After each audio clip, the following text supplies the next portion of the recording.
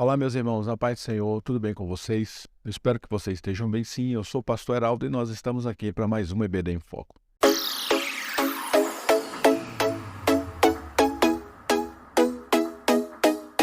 Pois bem, meus irmãos, olha só, lição de número 5.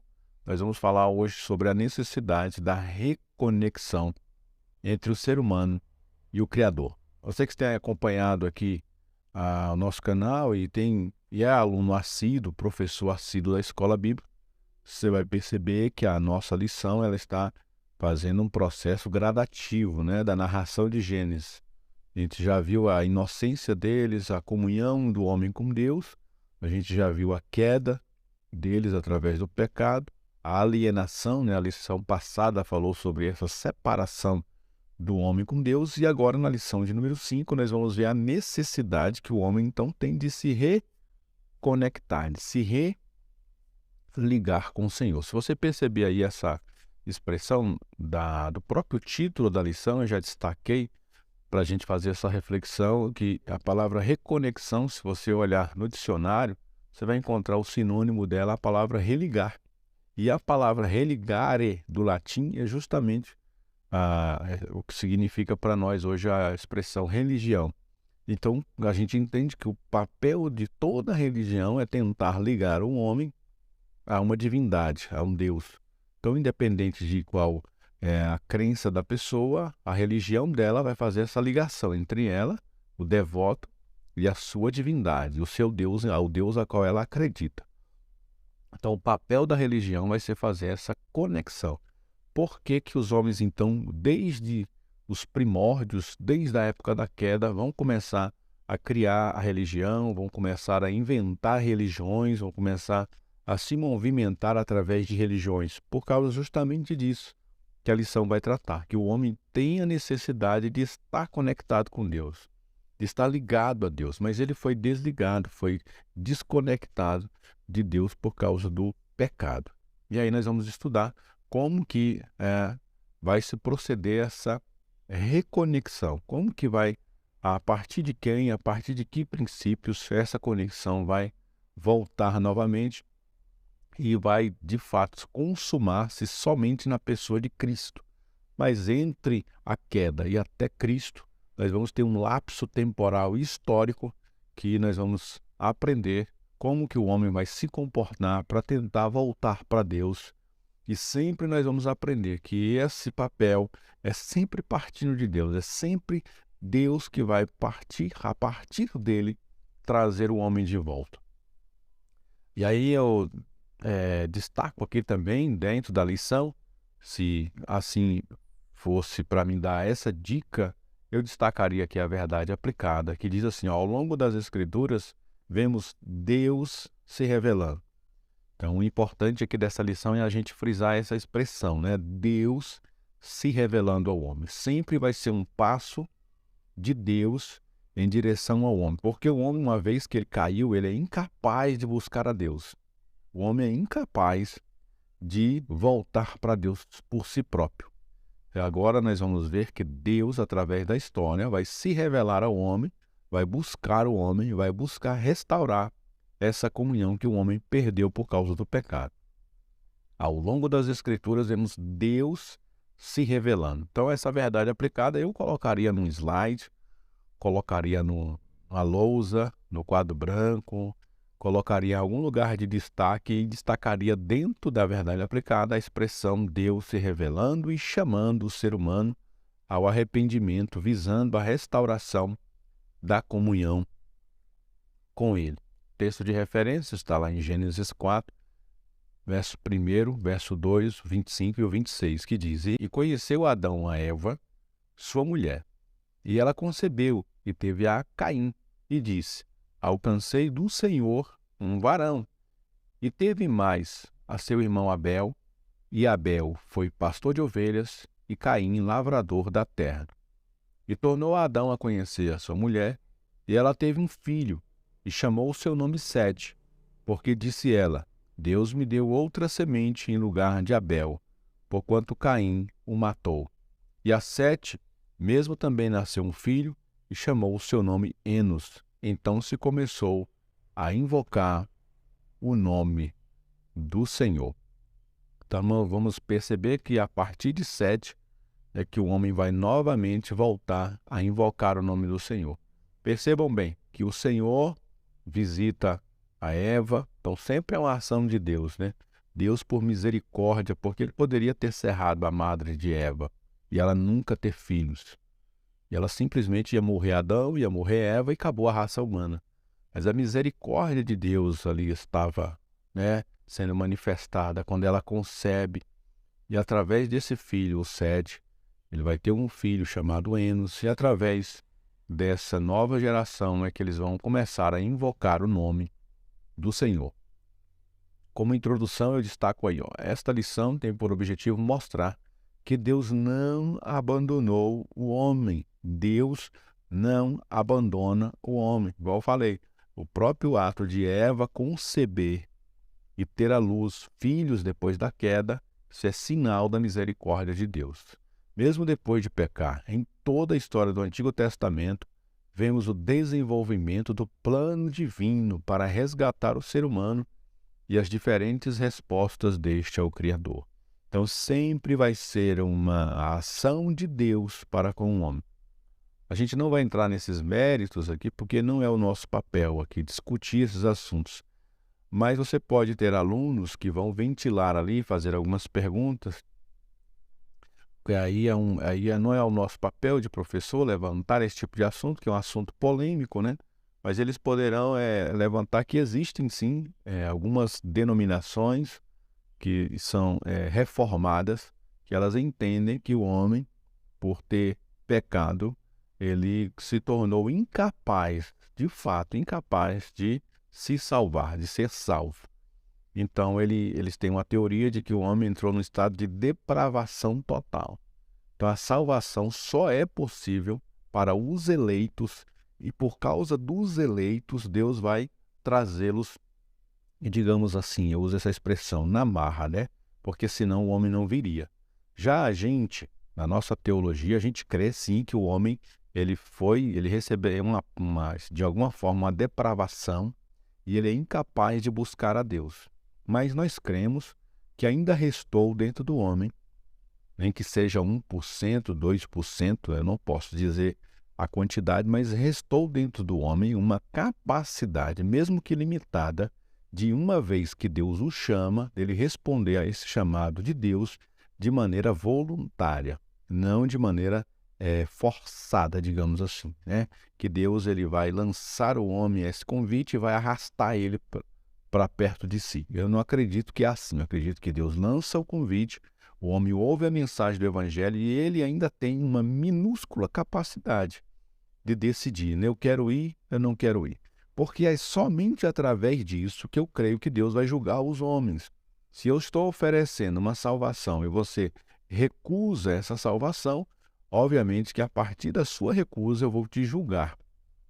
Se o homem não tinha capacidade nenhuma de se movimentar em direção a Deus, somente arrastado por Deus, é aquilo que eles chamam de graça irresistível, aí o homem então poderia se esquivar aí e tentar arrumar alguma forma de não querer ser julgado por Deus, né? Porque ele não teve escolha. Por isso que eu creio que o homem, mesmo na pior situação que ele estiver, quando é lançado o convite, ele ainda tem uma minúscula capacidade. O Espírito Santo ainda vem através da graça de Deus e ele então se decide por Cristo e ele é salvo por essa decisão também. Mas sempre partiu de Deus, nunca partiu do homem, que isso fique bem claro em todas as ocasiões.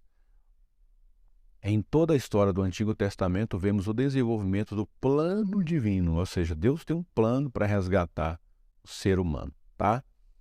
Nosso tópico de número 1, o desenvolvimento da religião. A religião, como eu já disse, do latim religare, traz a ideia de religar algo que se rompeu.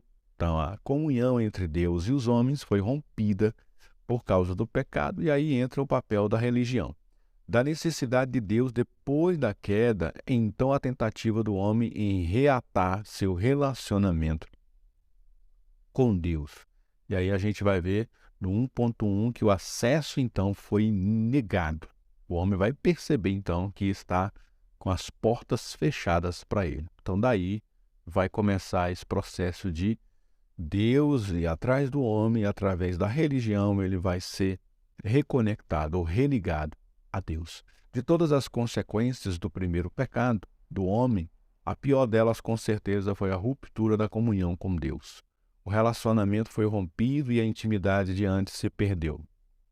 O jardim ao qual Deus passeava pela viração do dia tem agora seu acesso negado, a sua entrada vigiada por querubins guardiões.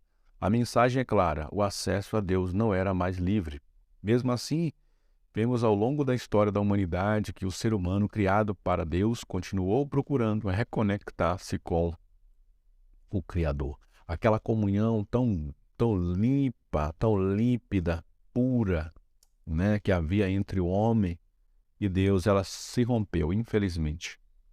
E agora o homem não consegue mais acessar a Deus. Está fechada a porta. Mas a história vai nos mostrar que, por causa da misericórdia de Deus, Deus vai continuar se revelando ao homem de outras formas, e aí entrará o papel da religião. 1.2. Sinais da misericórdia. O casal foi lançado fora do jardim, mas o Senhor Deus, com cuidado, misericórdia e graça, continuou se revelando e interagindo com a humanidade por diversos meios. Eva entendeu que Deus ter lhe dado um filho depois do pecado era sinal do favor e interesse de Deus e esperança para a humanidade. Adão e Eva ensinaram seus filhos sobre Deus e o dever de adorá-lo. Cada qual trouxe o que parece ser sua própria oferta a Deus, dando assim sinais de reconexão do homem com Deus. Porém, a Escritura nos diz que atentou o Senhor para Abel e para a sua oferta, mas para Caim e para a sua oferta não atentou. Interessante, 2 pontos aqui que a gente vai encontrar da misericórdia de Deus. Primeiro, Eva concebeu e teve um filho. E aí ela vai entender que esse é um sinal da graça de Deus, da misericórdia de Deus. O segundo ponto que esse 1.2 traz é quando os seus filhos, Caim e Abel, vão oferecer um sacrifício a Deus.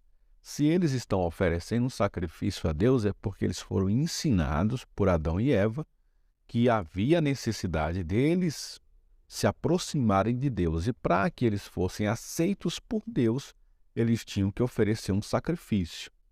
Eles não tiraram essa ideia do nada, assim, da cabeça deles. Possivelmente uma revelação de Deus para que eles agora, para se achegarem a Deus, eles tinham que fazer sacrifícios, seja de animais ou seja sacrifícios de outras formas, a entrega do melhor da sua plantação, do melhor do seu cultivo e por aí por diante, tá? Há escritores, a gente vai deixar os irmãos aí livres para pesquisarem sobre isso, mas há escritores, há teólogos que dizem que a oferta de Caim não foi aceita porque ele não foi com sangue, né? Ele levou cereais. Há uma corrente que diz, então, que Deus exigia que a regra que ele havia ensinado a Adão e Eva era que fosse através de sangue de animais. E como Caim levou cereais, essa oferta não foi aceita. Aí essa é uma corrente bem limitada, muito limitada. Na verdade, a gente não segue ela. A corrente que a gente segue aqui, a oferta, ela podia ser de animais, porque era a especialidade de um, ou de cereais, porque era a especialidade de outros. Deus exigia que eles levassem uma oferta para ele. Mas o que Deus vai mostrar para eles, que o que valia não era somente a oferta em si, mas era a intenção do seu coração. A gente vai ver isso em outros textos bíblicos, que Deus vai dizer por que é que ele reprovou a oferta de Caim e por que é que ele recebeu a oferta de Abel. Era por causa de coisas que estavam no seu interior, não por causa da oferta em si, tá? Olha só o que diz o subsídio do professor. Para reforçar o que eu falei, é bom a gente explicar isso para o aluno, né? Tem muita gente que tem dúvida. Por que Deus rejeitou a oferta de Caim e não rejeitou a de Abel? Foi porque uma foi com sangue, outra... Aí você vai explicar isso para eles, para os alunos, que existe uma corrente minoritária que diz que foi por causa do sangue.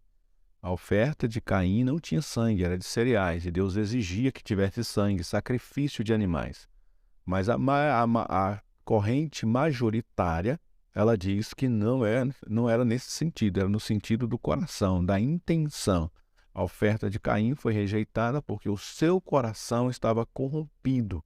O pecado manchou completamente seu coração a ponto dele não conseguir ofertar a Deus com intenções puras, mas sempre com intenções más no seu coração.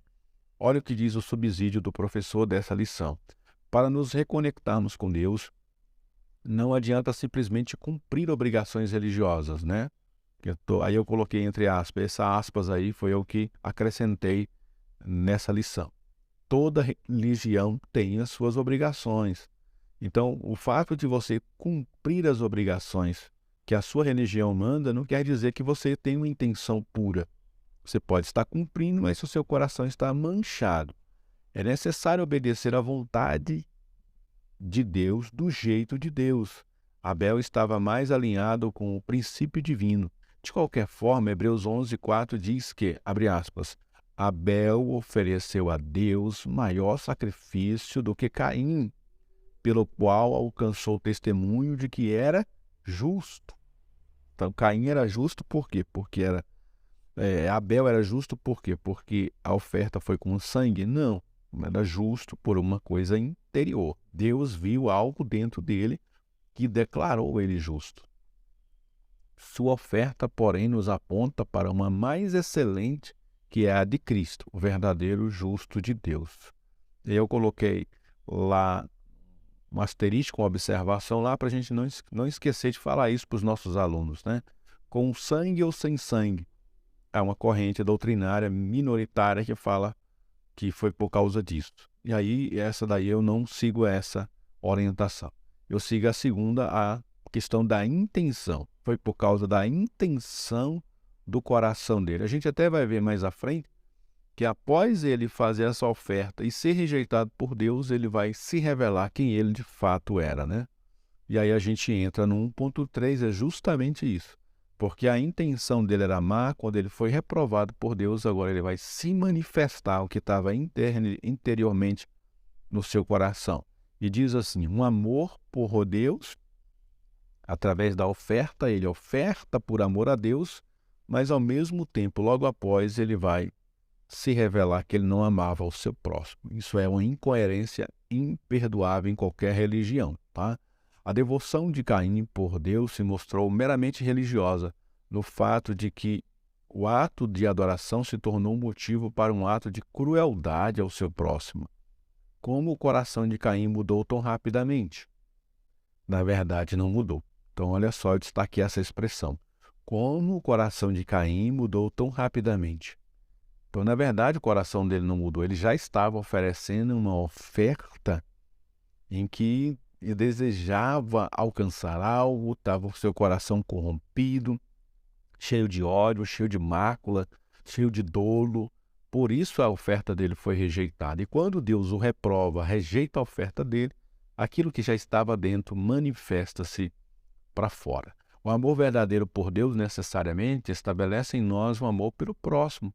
Aí vale a pena ler esses textos, tá? Eu destaquei ele aqui, não vou ler aqui para a gente ganhar tempo, mas 1 de João 4, 19 e 20, eu destaquei, você, professor, peça a um aluno para ler. Uma religiosidade que não ama o próximo é uma religiosidade de Satanás, por mais sacrificial que ela pareça.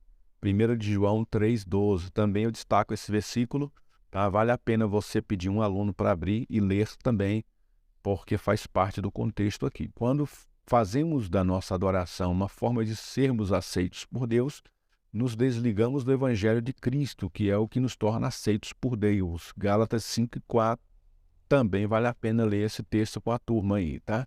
E isso nos desliga do próximo, Efésios 2:14 e 16, também deve ser feita a leitura em sala de aula, tá? Vocês têm aí um tempo maior, peça para o aluno ler, ou então leva já num slide separado, para colocar na projeção aí, para ganhar tempo. Tópico número 2, um nascimento da esperança. O nascimento de Enos, neto de Adão, traz uma nova esperança para que a humanidade se volte para Deus. O homem criado à imagem de Deus não pode seguir bem a vida longe dele. 2.1 O início da adoração comunitária.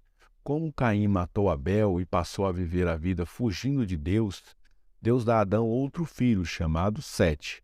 Interessante notarmos que após o nascimento de Enos, as pessoas começaram a invocar o nome do Senhor. Somente a partir do nascimento de Sete, aí de Sete veio Enos, a partir daí começou-se a invocar o nome do Senhor, e eu creio, repito novamente, por um ato de misericórdia de Deus. Os homens são incapazes de se revelarem, de buscarem a Deus. Os homens são incapazes de buscarem a Deus. Eles estão caídos. Por isso Deus permite a Adão e Eva terem mais um filho, desse filho vinha outro, e a partir dessa geração o nome do Senhor vai passar a ser invocado novamente. Gênesis 5.1 nos lembra que Adão e Eva foram criados à semelhança de Deus, sem pecado. Aos 130 anos, Adão gerou um filho à sua semelhança. Isso pode significar que Sete herdou do seu pai Adão tanto a imagem de Deus quanto as máculas da queda. Isso é perfeitamente normal, né? Sete substituiu Abel morto não apenas como filho de Adão, mas como herdeiro de uma fé genuína e amor a Deus. Há uma clara distinção da relação com Deus entre os descendentes de Caim e os de Sete. Os descendentes de Caim vão seguir um rastro de pecado, a humanidade vai ser contaminada por causa dessa geração que vai vir após Caim. Mas Deus levanta, através de Sete, levanta uma geração também que vai começar a invocar o nome do Senhor. Olha o que diz o subsídio do professor, comentário bíblico Brodmann, Gênesis, abre aspas, em contraste com a linhagem de Caim, uma nova direção tem início, com o nascimento de Sete a Adão e Eva. Desta vez, a alegria de Eva é misturada com tristeza, e ela usa um termo mais impessoal para referir-se a Deus. Quando nasceu um filho a Sete, que lhe deu o nome de Enos, fraqueza. Então, a expressão Enos, o nome Enos, quer dizer fraqueza. Os homens começaram a invocar o nome do Senhor, Yahvé. Em sua força, a linhagem de Caim não sentirá a necessidade de Deus. Em sua fraqueza, Enos reconheceu que tinha necessidade dele. Então, na própria essência do nome Enos, fraqueza, é um reconhecimento de que sem Deus a gente não consegue. Então, por isso que é simbólico o nascimento de Sete, através de Sete, o Enos, e através de Enos, a fraqueza, os homens reconhecem que precisam buscar a Deus. Já Caim, que é fortaleza, que é forte, que é autossuficiente, se desconecta de Deus e não volta mais e segue o seu próprio caminho. A força de Caim, por fim, de nada lhe adiantaria. Enos iria estabelecer uma linhagem que nunca teria fim. Graças a Deus, por causa da linhagem de Enos, nós vamos desembocar lá na pessoa de Jesus, o nosso Salvador. 2.2 Andar com Deus. Descendendo de Sete se destaca uma figura, Enoque. E aí é um emblemático, né? A figura de Enoque na Bíblia. Gênesis 5, do 8 ao 18, vale a pena a gente ler na turma para lembrar essa história novamente com nossos alunos. Ser alguém piedoso não garante que toda a sua descendência será. Porém, a narrativa de Gênesis mostra como Deus sempre levanta em gerações futuras alguém que siga o caminho da devoção dos seus antepassados. Enoque andou com Deus. Não diz que começou a andar, mas que sua vida foi um andar com Deus. Mesmo vivendo neste mundo e tendo filhos, as coisas do mundo não o atraíam. Enoque se encaixa no anseio do salmista. Salmo 73 e 25, vale a pena ler também esse salmo. Deus, portanto, tomou para si aquele que não havia no mundo motivo de satisfação. Seu anseio por Deus foi tamanho que a maldição do morrerás lançada sobre Adão e seus descendentes pulou sua vida. Interessante, né? Que havia uma maldição sobre os homens a partir do pecado. Todos os homens, a partir do pecado, eles iriam morrer. Mas o Enoque é uma das poucas figuras da Bíblia que não passaram pela morte. Eles simplesmente sumiram, desapareceram, né? Deus tomou para si e a gente não tem notícia do que aconteceu com ele. Foi tomado por Deus e não experimentou a morte, da forma como a humanidade vai experimentar. São homens privilegiados que mostram que são exemplos da misericórdia de Deus. É possível alguém, mesmo numa sociedade tão corrompida como essa, ser diferenciado? É possível. Eu conheço alguns homens que, desde o seu nascimento, foram homens íntegros diante de Deus, homens retos diante de Deus. Foram criados em bairros com muita violência, foram criados em periferias, mas foram homens que desde sempre se revelaram homens retos e íntegros diante de Deus. Permaneceram firmes na casa do Senhor. Vale a pena a gente trazer uma reflexão aqui. A gente sempre gosta de contar testemunhos, né, de ex alguma coisa. Então vamos ouvir o testemunho do irmão ex-efeminado, ex-homossexual, ex-drogado, ex-prostituta, ex-lésbica, ex-presidiário, ex-isso, ex-aquilo. A gente sempre gosta de enfatizar isso. Mas a gente nunca glorifica a Deus por a vida de um homem que nasceu no Evangelho, foi criado na igreja, foi educado na escola dominical, que permaneceu na adolescência, que ficou a sua juventude, que se casou na igreja, teve filhos na igreja, que se tornou obreiro, que se tornou líder, que se tornou pastor, que criou filhos na igreja, que permaneceu na geração dele, na geração do seu pai, na geração do seu avô, está na sua geração, está cuidando da sua geração daqui para frente. Nenhuma pessoa se desviou do caminho do Senhor. Irmãos, isso é o motivo da gente contar esses testemunhos, porque isso para mim é milagre também.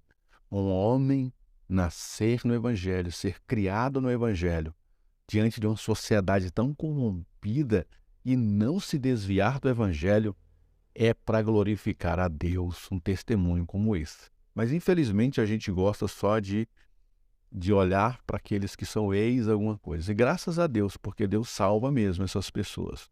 Mas também a gente deveria glorificar a Deus por aquelas pessoas que nasceram no Evangelho, permaneceram no Evangelho e vão morrer no Evangelho. Graças a Deus por essas pessoas que mostram que é possível a gente perseverar seguindo a Deus, mesmo diante do caos. Subsídio do professor para esse 2.2. Comentário bíblico Champlin, Gênesis, abre aspas.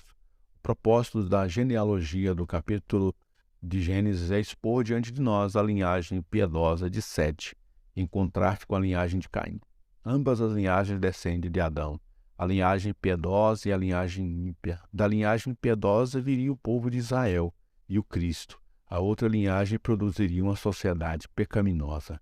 A genealogia remonta à criação, chegando até Noé e seus filhos, o que arma o palco para o dilúvio, quando Deus cansou-se de tanta iniquidade, que viera a permear ambas as linhagens que descendiam de Adão.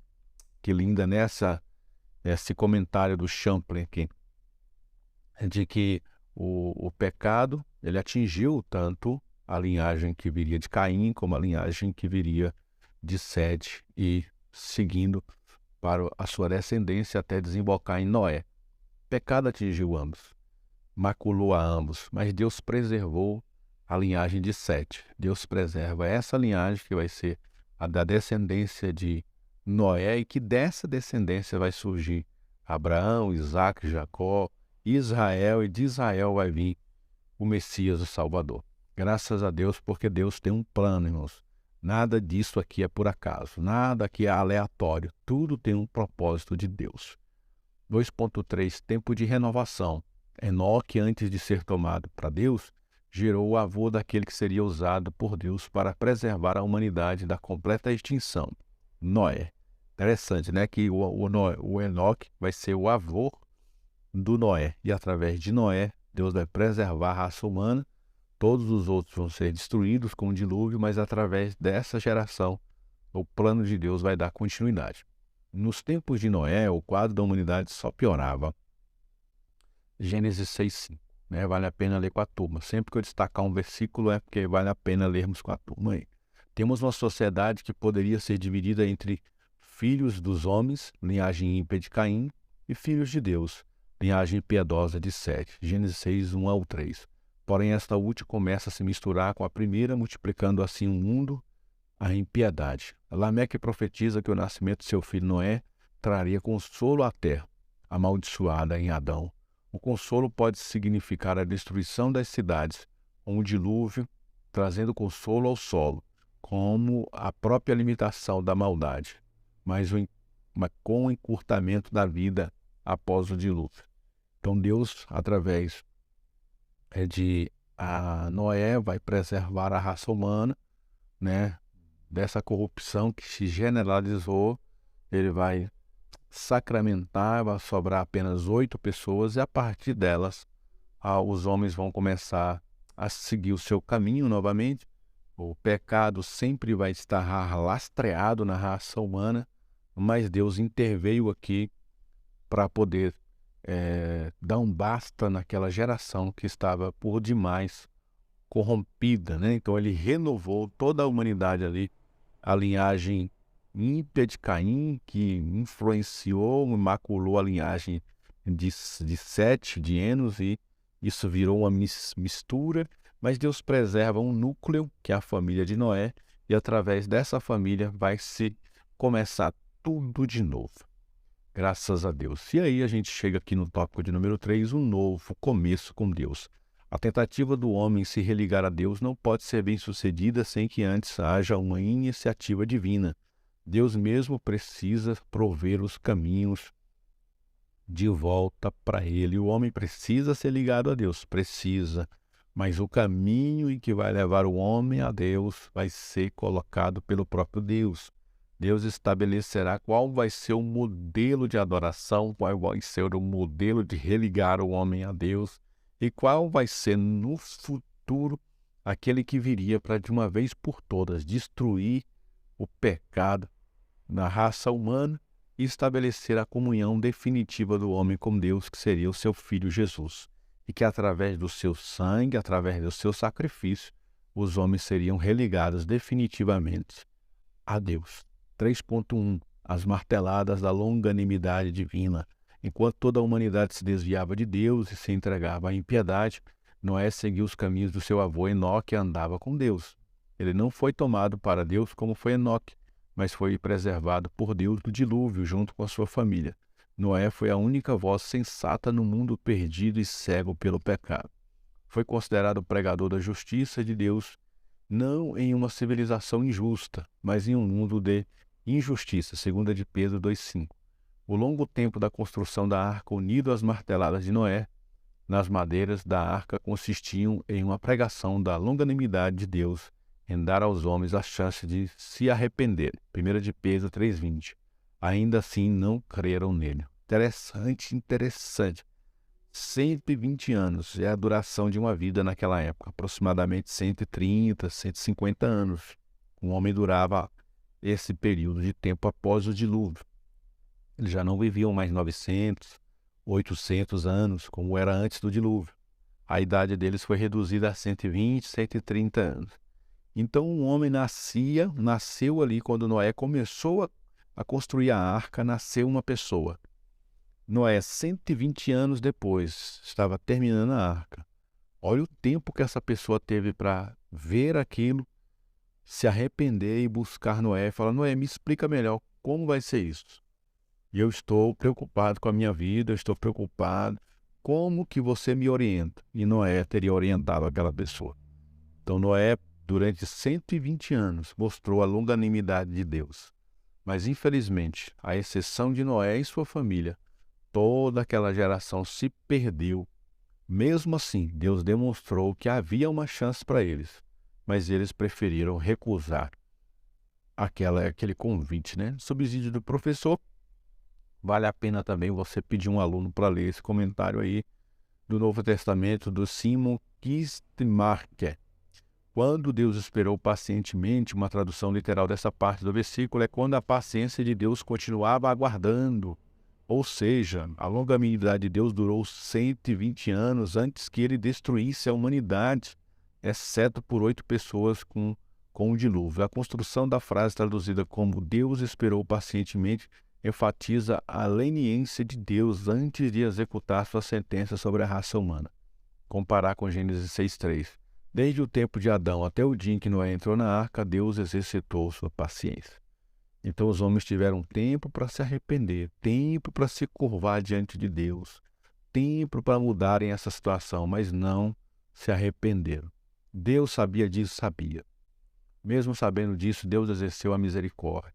Deus colocou Noé durante 120 anos construindo aquela arca, para mostrar para os homens que mesmo com as portas da graça escancaradas, eles sempre vão se recusar, vão preferir continuar suas vidas, porque é só a partir disso que o homem vai poder ser julgado, porque ele teve chance e não quis.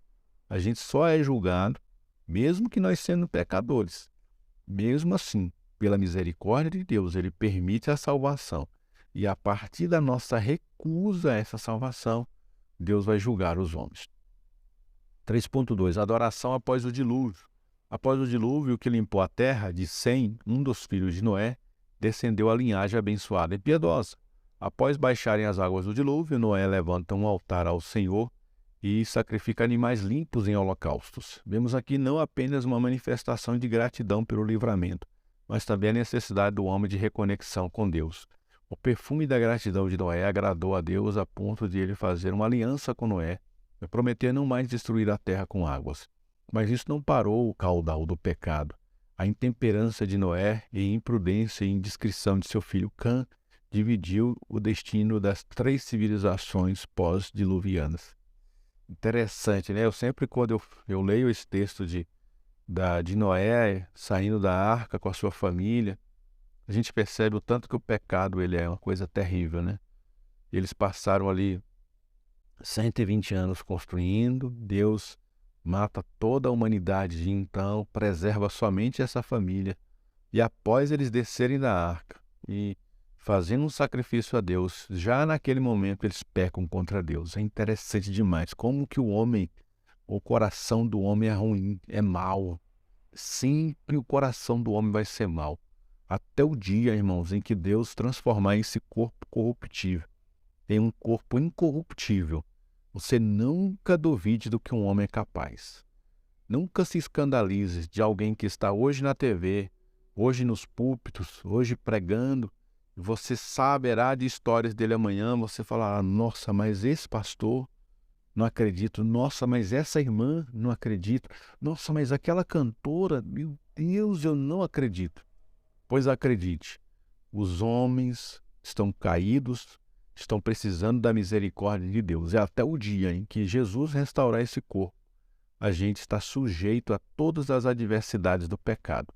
E por isso que o apóstolo diz, né? Aquele que está em pé, cuide para que não caia. Então que a gente tome cuidado, que a gente vigie, que a gente ore, que a gente busque a Deus, que a gente medite na palavra de Deus, que a gente não se distraia com os prazeres deste mundo, porque nós estamos aguardando a vinda do Senhor. Enquanto isso não acontece, que a gente possa vigiar nas nossas atitudes.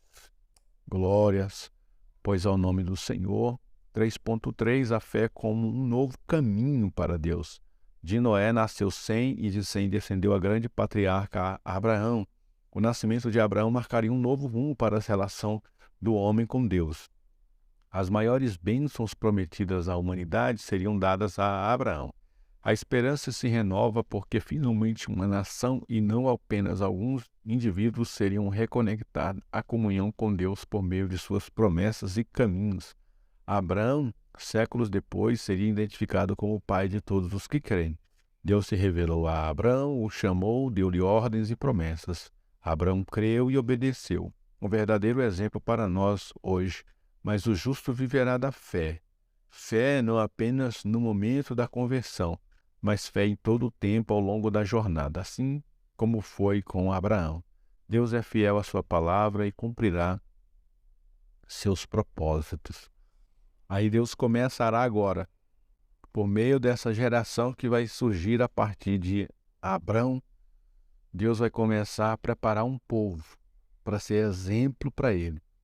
E a gente vai ver na próxima lição como que isso vai se dar, tá? Então, a gente já termina essa lição apontando para a próxima, como que ela vai acontecer, tá? A próxima lição nós vamos falar aqui sobre a bênção de Deus, a bênção de Abraão chegada a todos por Jesus Cristo. Amém?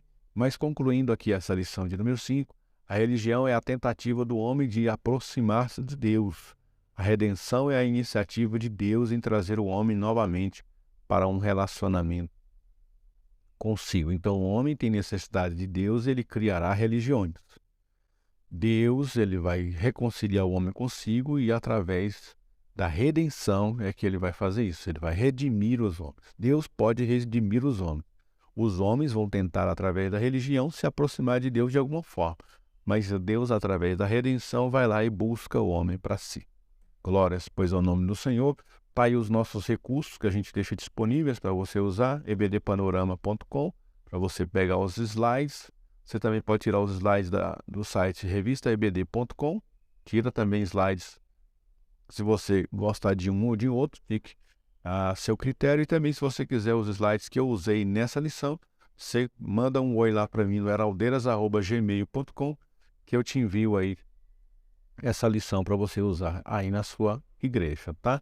E se você quiser imprimir a lição, você vai lá na escolabiblicadominical.org, entra no site, copia, cola no Word do seu computador, tira ali os comentários do professor para não ficar muito grande a lição, coloca só os textos que você julgar interessante, imprime, leva para a sua turma aí, para eles poderem tornar a aula mais participativa.